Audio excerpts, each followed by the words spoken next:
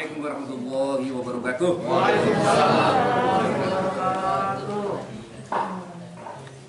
Bismillah, alhamdulillah, wassalatu wassalamu ala rasulillah wa ala alihi wa sahbihi wa mawalah, la hawla wa la quwwata illa billah. Allahumma sholli ala sayyidina Muhammad wa ala ali sayyidina Muhammad. Amma ba'd.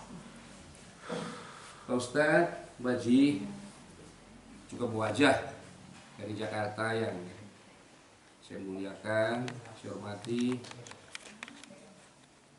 adik-adik semua yang mudah-mudahan selalu diberkahi adik-adiknya. Yang pertama, kita panjatkan puji syukur kepada Allah Subhanahu wa taala karena berkah sehat sehingga kita semua bisa hadir di sini. Wabil khusus ini Pak Ustadz, Pak Haji, Bapak Wajah yang dari Jakarta, oleh karena berkah sehat sehingga bisa hadir di wajah. Sholawat dan salam kita aturkan keharibaan baginda Rasulullah Muhammad sallallahu alaihi wasallam yang senantiasa kita harapkan syafaatnya kelak di yaumil qiyamah. Bapak Ibu yang saya hormati, yang pertama kami ucapkan beribu terima kasih bahwa Bapak Ibu sudah berkenan hadir di Gunung Dieng ini. Mudah-mudahan ada pesan yang tidak terlupakan, mudah-mudahan. Dinginnya tapi Bapak Ibu. Perkenankanlah Bapak Ibu bahwa saya asli dari keturunan nenek moyang yang ada di sini, Bapak Ibu. Nama saya Isnur Hadi. Nama saya Isnur Hadi.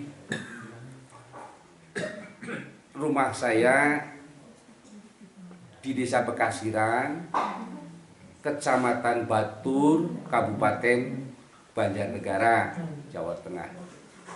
Di mana bahwa Desa Bekasiran, desa tempat tinggal saya, ini dulunya mempunyai sebuah dusun, bagian dari pengembangan desa, yang dusun itu bernama Leketang. Nah, dusun itu berdiri pada tahun 1931. 1931. Jadi sebelum Indonesia merdeka, Pak Ustaz ya. Nah, dusun tersebut ini memang terkenal dusun yang makmur, oleh karena tanah pada kawasan Blok Leketang itu sampai sekarang ini memang masuk pada kategori tanah subur. Artinya dibanding dengan blok-blok lain di desa kami, Pak Ci, itu termasuk memang tanah subur.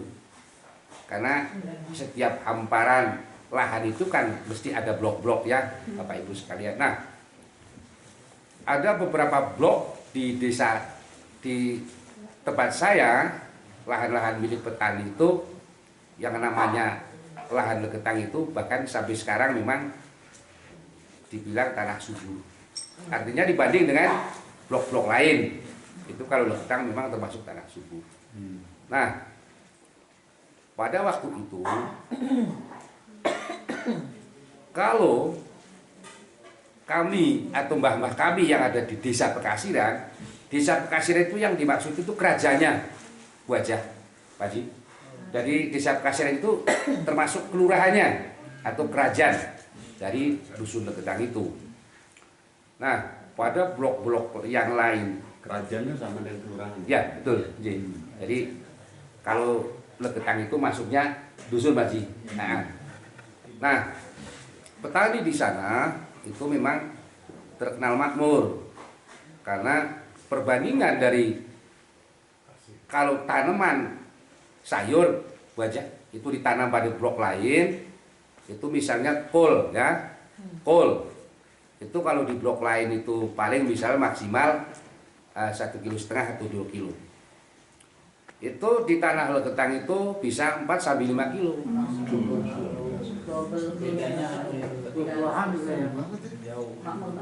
Ya, itu memang terkenal desa yang subur dan desa yang makmur pada saat itu.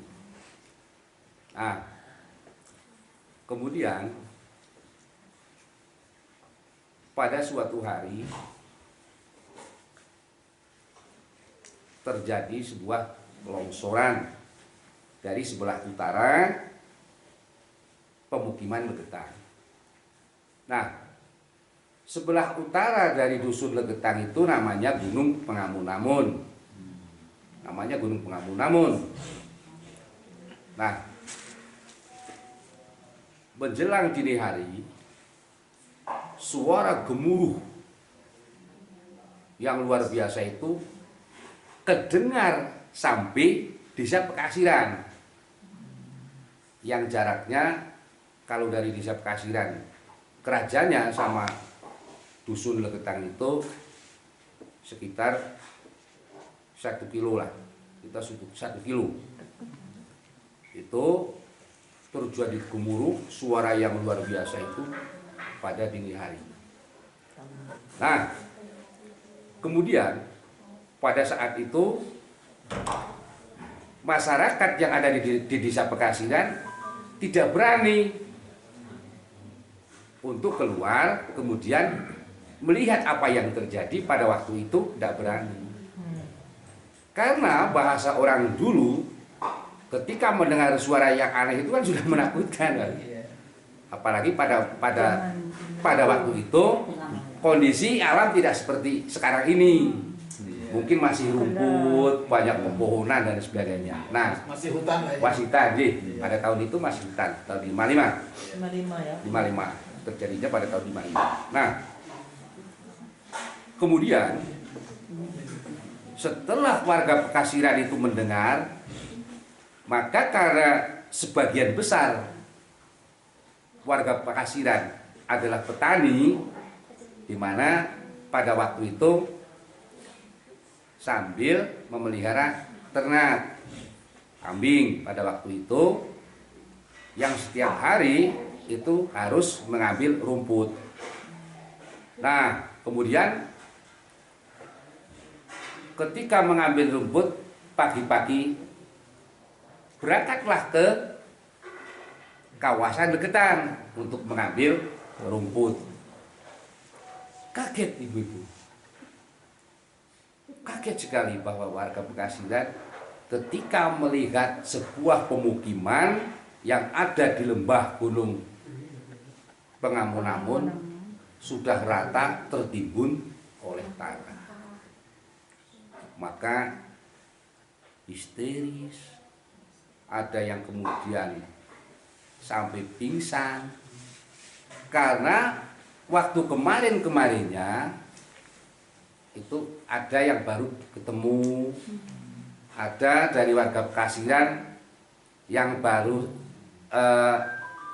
silaturahmi ke Legetang, ada juga keluarga, ada juga teman kawan. Itu yang membuat yang pagi-pagi melihat itu langsung histeris dan menangis pingsan. Nah, kemudian pada waktu itu semua dari jasad yang tertimbun oleh tanah tidak dievakuasi, bahkan mungkin sampai sekarang. Ya, karena pada tahun itu belum ada yang namanya SAR, kemudian mungkin alat-alat berat dan sebagainya mungkin juga masih sulit untuk didapatkan, mungkin seperti itu. Karena kebetulan posisinya kan kita di gunung, mungkin seperti itu, mungkin itu kata mbah-mbah kami. Nah, kemudian jasad yang secara keseluruhan tertimbun oleh tanah itu yang kemudian membuat masyarakat di Desa Pekasiran ini menjadi hal yang sangat misterius oleh mbah-mbah kami. Itu bahkan masih belum lama Pak Ji, di kisaran tahun 90-an Pak Ji, itu ditemukan sebuah kerangka, karena kebetulan dekat dengan ladang saya Bu Haja. Itulah ladang yang namanya ladang Cakisan. Itu di situ pernah ditemukan kerangka manusia, kemudian puing-puing rumah seperti balok, atap, kemudian ada juga alat masak. Mungkin kalau zaman dulu macam dandang, atau mungkin kenceng, itu pernah juga ditemukan pada tahun 90-an. Artinya yang terjadi itu pemukimannya di sini yang tertutup tanah, kemudian lahan itu turun. Mungkin kalau tadi Pak Ji naik, itu di sebelahnya itulah yang namanya ladang Cakisan Pak Ji. Itu ditemukannya jasad atau kerangka manusia itu di sini di bawah ya. Di bawah. Nah, jadi itu gambaran secara umum. Nah, kemudian ketika terjadi rekahan, sebelum itu longsor, ketika terjadi rekahan di Gunung Pengamun itu, sebetulnya warga Legetang itu sudah tahu Bu, mereka sudah tahu, karena memang 70 hari sebelumnya, sebelum peristiwa itu terjadi, memang oleh warga Legetang itu sendiri sudah merasakan keanehan di dusunnya, termasuk hewan-hewan yang turun dari gunung, termasuk juga ada suara burung yang nyaring. 70 hari sebelumnya itu sebetulnya tanda-tanda itu sudah ada, sudah diperlihatkan sebetulnya oleh warga Legetang. Nah, apa yang terjadi pada waktu itu? Penduduk Legetang itu justru naik Bu, naik ke Gunung Pengamun. Mungkin kalau kata orang sekarang apa ya istilahnya, survei mungkin Pak Ji.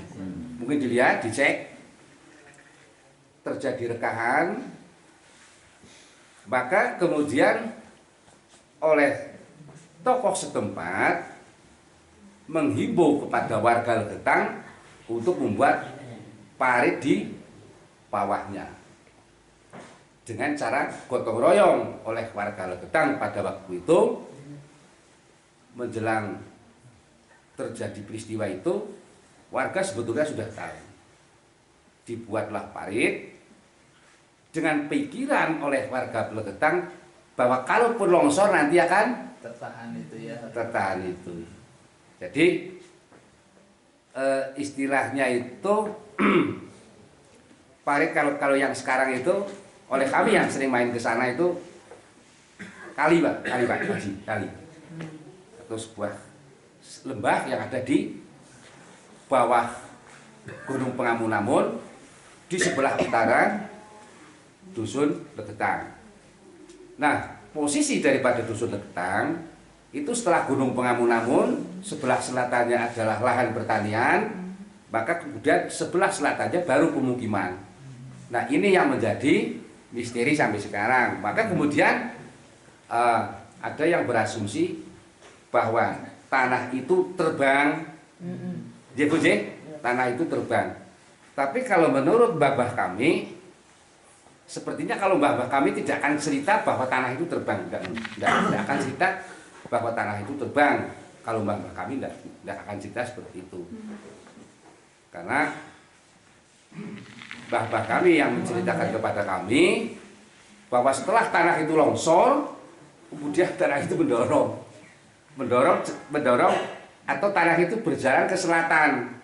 Nah, disitulah yang kemudian tanah itu menumpuk di sebuah pemukiman. Ini seperti itu.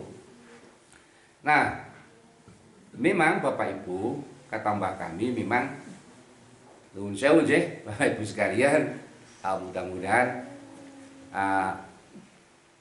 beliau yang sudah wafat mudah-mudahan diampuni dosanya.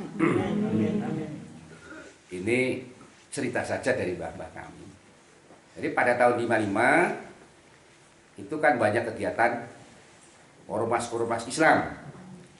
Ada yang kemudian ada Nahdlatul Ulama, Ansor, kemudian ada Muhammadiyah, Kokam pada waktu itu. Itu kalau di daerah kita ini Mas, dari Dieng sampai ke Batu, itu sebetulnya masyarakat secara umum itu senang di majelis wajib. Mengaji itu senang sebetulnya pada tahun 55. Nah, kebetulan kalau mbah kami yang ngendika yang matur itu, kalau warga Legetang nuwun sewu tidak mau istilahnya untuk ngaji bersama-sama itu tidak mau. Nah, itu yang menjadi motivasi dari mbah-mbah kami untuk mengingatkan kepada kami anak cucunya, setiap kali mbah kami mengingatkan mesti dihubungkan dengan peristiwa Legetang. Karena mbah kami itu menangi dan tahu bahwa peradaban di Legetang itu memang dibanding dengan desa-desa yang lain memang agak beda. Nah, sering bahwa di dusun Legetang itu ketika habis panen itu senang sekali Bu mengadakan sebuah apa ya istilahnya ya mungkin pertunjukan seni mungkin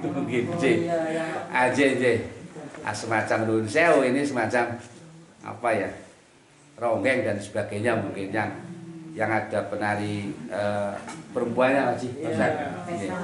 Nah, itu sudah menjadi tradisi di kampung itu memang sudah menjadi tradisi. Maka kalau kemudian sampai berlarut-larut, mungkin salah satunya wallahu alam ini Ustaz, mungkin salah satunya yang mengundang bencana, mungkin itu mungkin masih nuwun sewu. Nah,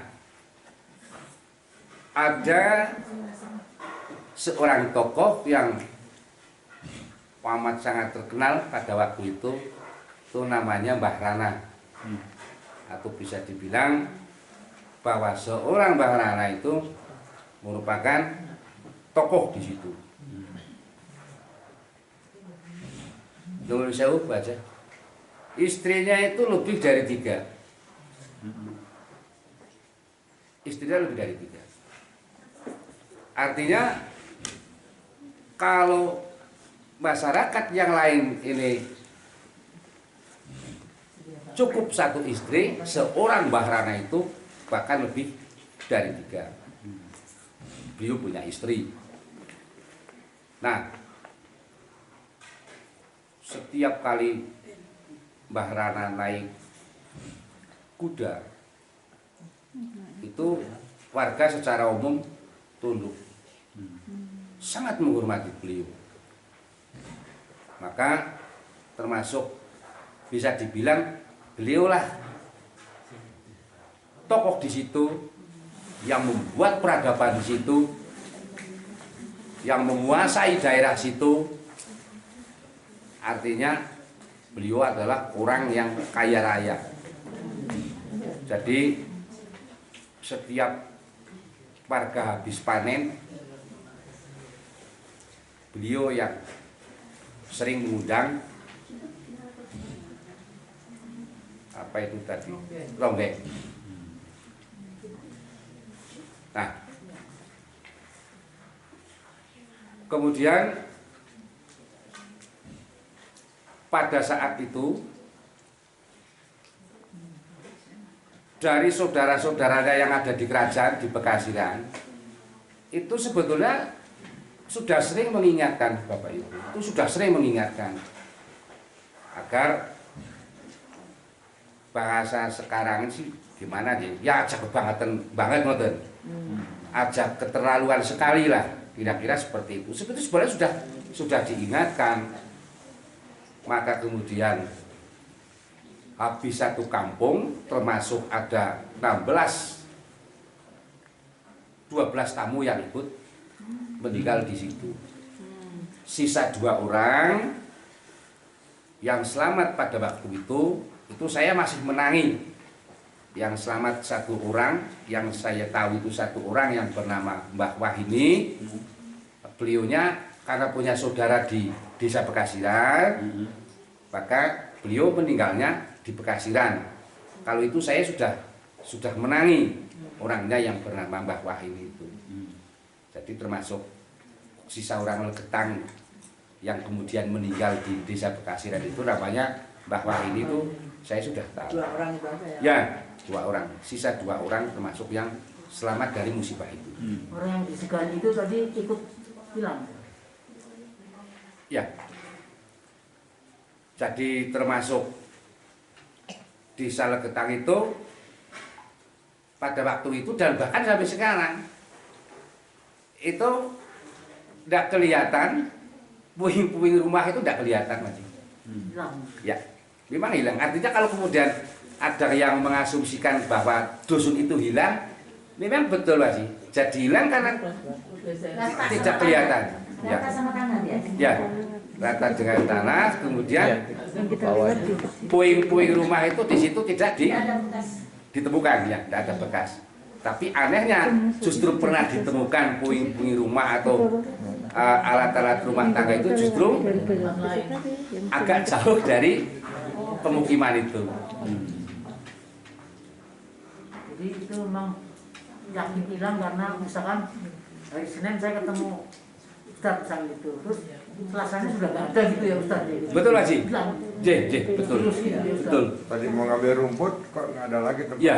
lokasinya J, udah J. keduduk tanah. Termasuk orang yang disegani tadi termasuk hilang gitu ya. Iya, begitu. Karena memang hubungan antara Dusun Legetang dengan Bekasiran itu normal, baik-baik saja karena di samping satu kelurahan itu kan hubungan tidak hanya